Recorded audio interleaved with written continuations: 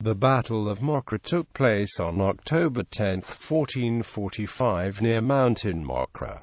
It was an Ottoman retaliation to a message sent by Skanderbeg to Murad II. The Albanian forces under Skanderbeg defeated the Ottoman forces under Firuz Pasha. It was the second major Albanian victory over the Ottoman Empire. Background: after his victory at Varna, Murad II attempted to establish peace with Skanderbeg. Murad sent a message to Skanderbeg in which he reminded him of how he had taken the Albanian as his son and raised him in his court, and tried to intimidate him by reminding him of the size and power of the Ottoman army.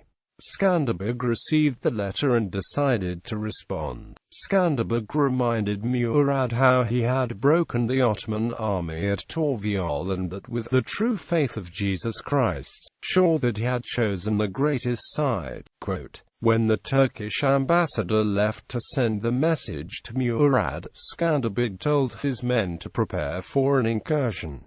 The battle. When the Sultan had received the message, he gave command to Firuz Pasha a force of about 9,000 men. His task was to control Skanderbeg's movements and prevent him from moving into Macedonia. Firuz set out from Skopje planning to move quickly into Krulia and surprising the Albanians. A large number of soldiers advanced thinking that they were going to battle with Hunyadi, who was regathering his army. Firuz had heard that the Albanian army had disbanded for the time being, so he planned to move quickly around the Black Dran Valley and through Prizren. These movements were picked up by Skanderbeg's scouts, who moved to meet Firuz. Castriotti awaited the Turkish army at a valley near Prizren, and only brought along his personal guard of 3,500 men, composed of 2,000 cavalry and 1,500 infantry, while sending the rest of his troops home. The Albanian troops were commanded to move into a forest of Mokra inside of a thin valley of which they knew the terrain. The Turks entered the valley and could not find an easy way out since the Albanians had blocked most of the main trails.